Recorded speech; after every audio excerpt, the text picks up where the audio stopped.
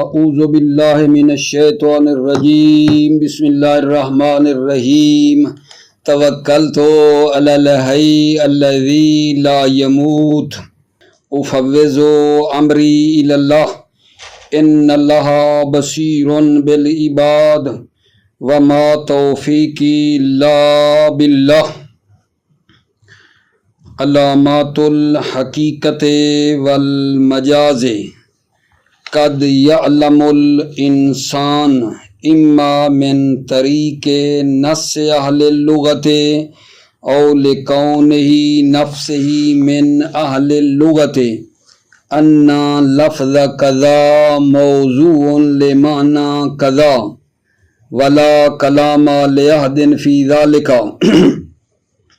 فإنه من الواضح ان استعمال اللفظ فی ذلک المعنی حقیقت وفی غیرہ مجاز۔ توجہ فرمائیے، بحث ہماری میرے عزیزو آج علامت حقیقت اور مجاز کے بارے میں ہے۔ کبھی کبھی انسان کو یقین ہوتا ہے کہ یہ لفظ اس معنی کے لیے وضع ہوا ہے، مثلاً اسد جو ہے یہ حیوان مفترس کے لیے وضع ہوا ہے۔ کبھی کبھی انسان کو یقین ہوتا ہے کہ اس لفظ کا یہ معنی ہے، یہ لفظ اس معنی کے لیے بنایا گیا ہے۔ اچھا، یہ یقین کیسے آتا ہے؟ دو طریقے ہیں۔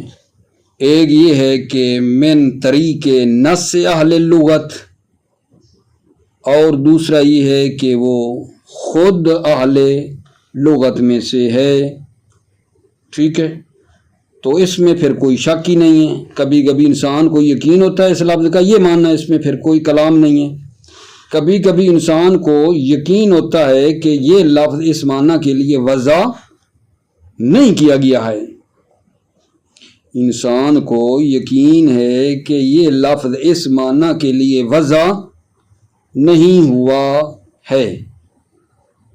پھر اگر کوئی مناسبت ہے اس لفظ اس معنی میں کوئی مناسبت ہے تو پھر وہ مجاز ہے۔ اگر مناسبت بھی نہیں ہے اس لفظ اور اس معنی میں تو پھر استعمال غلط ہے، اس بات میں بھی کوئی کلام نہیں ہے۔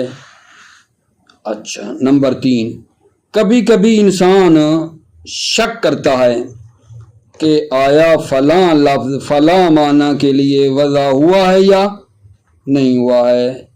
کبھی کبھی انسان شک کرتا ہے کہ فلاں لفظ فلاں معنی کے لیے وضع ہوا ہے یا نہیں ہوا ہے۔ مثلاً آیا لفظ اسد حیوان مفترس کے لیے وضع ہوا ہے یا وضع نہیں ہوا ہے، شک کرتا ہے۔ تیسری صورت جو ہے انسان شک کرتا ہے کہ فلاں لفظ فلاں معنی کے لیے وضع ہوا ہے یا نہیں ہوا ہے۔ مثلا لفظ اسد حیوان مفترس کے لیے وضع ہوا ہے یا نہیں ہوا ہے۔ نتیجہ یہ ہے کہ نہیں جانتا آیا یہ لفظ اس معنی میں بطور حقیقت ہے تاکہ قرینے کی ضرورت نہ پڑے، یا یہ لفظ اس معنی میں بطور مجاز ہے اور اس کو قرینے کی ضرورت ہوتی ہے۔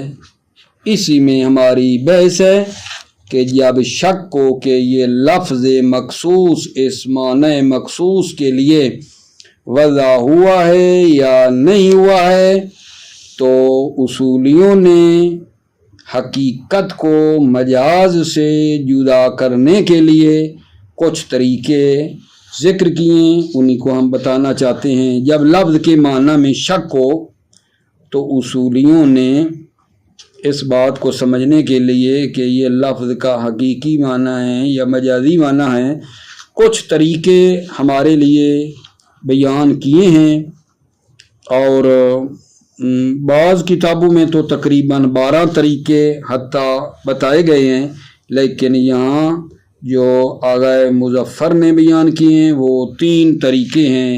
ایک ہے تبادر، اور 2 علامتیں اور ہیں جو انشاءاللہ بعد میں وہ بھی میں بیان کروں گا، آج اس تک پہنچ نہیں سکیں گے۔ پہلی علامت حقیقت اور مجاز کو پہچاننے کی پہلی علامت اصولیوں نے جو ذکر کی ہے وہ ہے تبادر۔ اب یہ جو تبادر ہے، تبادر اس میں بھی آپ کو 3 چیزیں سمجھنے کی ضرورت ہے: تعریف تبادر، اقسام تبادر، اور ایک تبادر پر اشکال ہے اور اس کا جواب ہے۔ تبادر کی کیا تعریف ہے؟ تبادر کی کیا تعریف ہے؟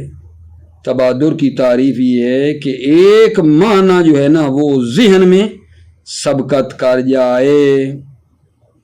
بہت سے معنی ہمارے ذہن میں ہوتے ہیں، لفظ کے سنتے ہی ایک معنی کا سبقت کرنا، جلدی پہلے آ جانا لفظ کے مقابلے میں، اس کو تبادر کہتے ہیں۔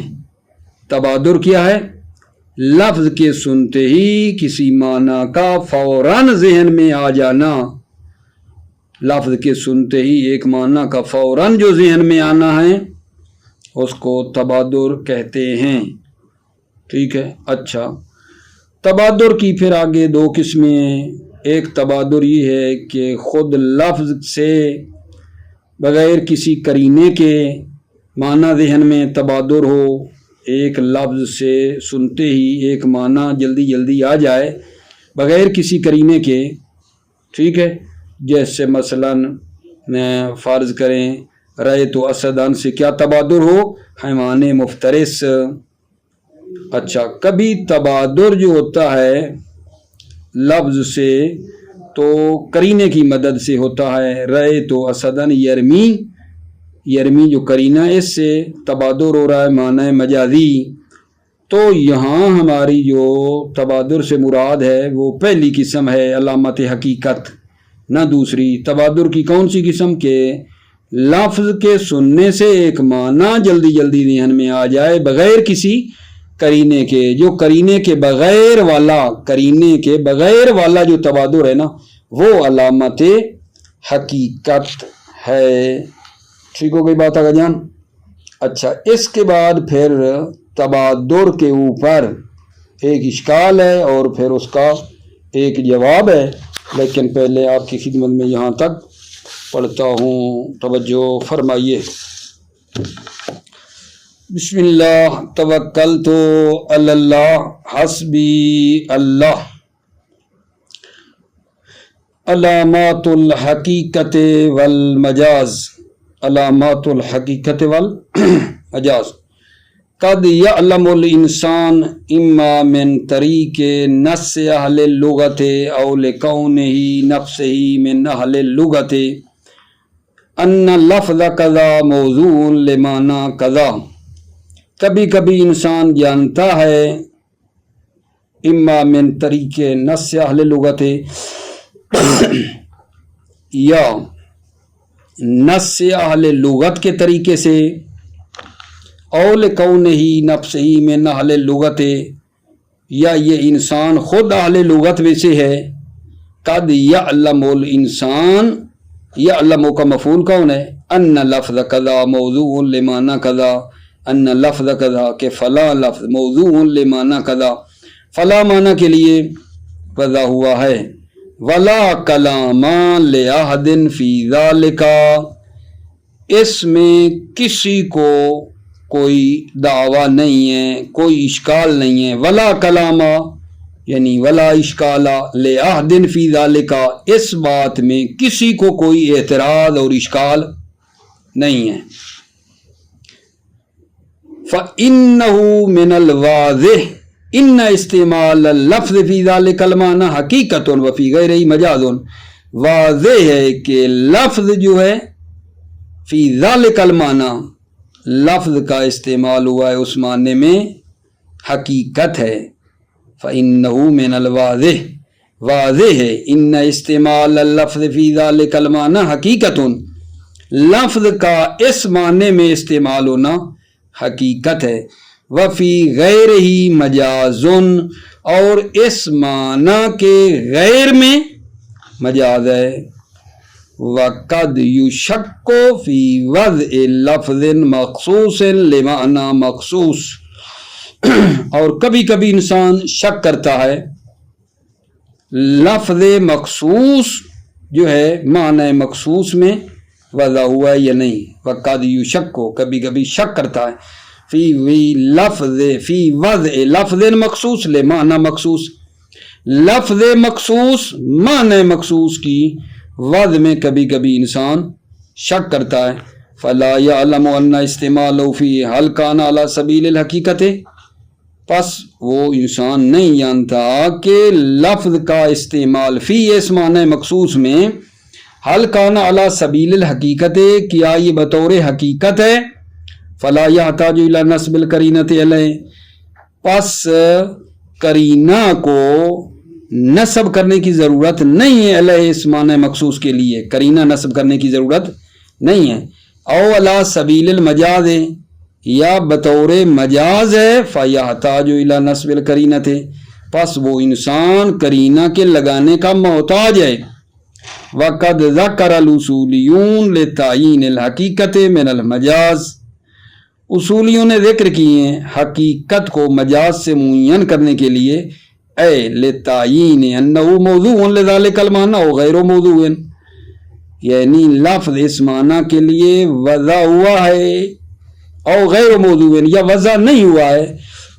قد ذکر الاصولیون طرقا و علامات کثیرہ، اصولیوں نے طرق اور علامات کثیرہ ذکر کیے ہیں. نذکر ہونا اہمہا، ہم یہاں مہم علامات کو ذکر کرتے ہیں. الاولا التبادر، پہلی جو علامت ہے حقیقت کو مجاز سے جاننے کے لیے وہ جناب علی کیا ہے؟ التبادر، تبادر ہے. دلالت کل لفظ علی ای معنی لا بد لها من سبب، ہر لفظ کی دلالت علی ای معنی کسی معنی پر، ہر لفظ کی دلالت کسی معنی پر لا بد لها من سبب، لا بد لها من سبب، اس کے لیے سبب کا ہونا ضروری ہے. دلالت کل لفظ علی ای معنی لا بد لها من سبب، ہر لفظ کی دلالت کسی معنی پر اس کے لیے سبب کا ہونا ضروری ہے. والسبب لا یخلو فرضه عن احد امور الثلاثہ، اور سبب کا فرض کرنا تین امور میں سے کسی ایک سے خالی نہیں ہے. والسبب لا یخلو فرضه عن احد امور الثلاثہ، اور جو سبب لا یخلو فرضه، سبب کا فرض کرنا خالی نہیں ہے عن احد امور الثلاثہ، تین امور میں سے کسی ایک کو فرض کرنے سے خالی نہیں ہے. المناسبت ذاتیت، مناسبت ذاتیہ ہے ایک. وقد عرفت بطلانھا، اور اس مناسبت ذاتیہ کے باطل ہونے کو آپ نے پہچانا کہ لفظ اور معنی میں کوئی مناسبت ذاتیہ نہیں ہوتی ہے. او تین امور ہے نا، المناسبت ذاتیہ او الالقۃ الوضعیہ، یہ القہ وضعیہ ہوتا ہے. ٹھیک ہے، یعنی لفظ کو معنی کے لیے وضع کیا جاتا ہے، القہ وضعیہ ہوتا ہے. او القرینۃ الحالیۃ اب المقالیہ، یا قرینہ حالیہ یا مقالیہ ہوتا ہے. ٹھیک ہے نا، قرینہ حالیہ سے مراد یہ ہے کہ لفظ کو معنی کے لیے استعمال کیا ہے اور کوئی قرینہ وغیرہ بھی نہیں لایا ہے، کوئی قرینہ مرینہ بھی ساتھ نہیں آیا ہے. قرینہ مقالیہ کیا ہے؟ جیسے یہ ہے رأیت اسدًا یرمی، یہ قرینہ مقالیہ ہے. فَإِذَا عَلِمَ أَنَّ دَلَالَةَ مُسْتَنَدَةٌ إِلَى نَفْسِ اللَّفْظِ مِنْ غَيْرِ اعْتِمَادٍ عَلَى قَرِينَةٍ، اذا علم، جب علم ہو گیا کہ دلالت کی نسبت جو ہے الی نفس اللفظ، خود لفظ کی طرف ہے، من غیر اعتماد علی قرینۃ، کسی قرینہ پر بھی اعتماد نہیں ہے، فإنه يثبت ان من جہت الالقۃ الوضعیہ، تو یہ ثابت ہے ان یہ دلالت از جہت القہ وضعیہ ہے، فإذا علم ان الدلالۃ مستندۃ الی نفس اللفظ، جب علم ہو گیا کہ دلالت کی نسبت خود لفظ کی طرف ہے بغیر اعتماد کے قرینہ پر، فإنه يثبت أنها من جهة الألقة الوضعية، تو یہ ثابت ہے کہ یہ دلالت از جہت القہ وضعیہ ہے، وَهَذَا هُوَ الْمُرَادُ بِقَوْلِهِمْ، اور یہ مراد ہے بقولہم، علماء کی مراد، التبادر علامت الحقیقت، تبادر جو ہے وہ علامت حقیقت ہے، والمقصود من کلمت التبادر هو انسباق المعنی من نفس اللفظ مجردا عن کل قرینۃ، اور اس کلمہ تبادر سے مقصود کیا ہے معنی کا سبقت کرنا، من نفس اللفظ، خود لفظ سے معنی کا سبقت کرنا، مجردان عن کل قرینۃ، جو کہ ہر قرینہ سے کیا ہے خالی بھی ہے، والمقصود من کلمت التبادر، کلمہ تبادر سے مقصود ہو انسباق المعنی من نفس اللفظ، معنی کا سبقت کرنا خود لفظ سے، مجردان عن کل قرینہ، جو ہر قرینہ سے خالی ہے۔ توجہ فرما رہے ہو؟ اس کے بعد وقد یعترض علی ذالک، یہاں اس تبادر کے اوپر ایک اشکال ہے، اور پھر اس اشکال کا جواب ہے، اس کو الگ ہم کر لیتے ہیں اپنے بھائیوں کی خدمت میں۔ موفق مؤید رہو، سلامت رہو عزیزو بھائیو، السلام علیکم ورحمۃ اللہ وبرکاتہ۔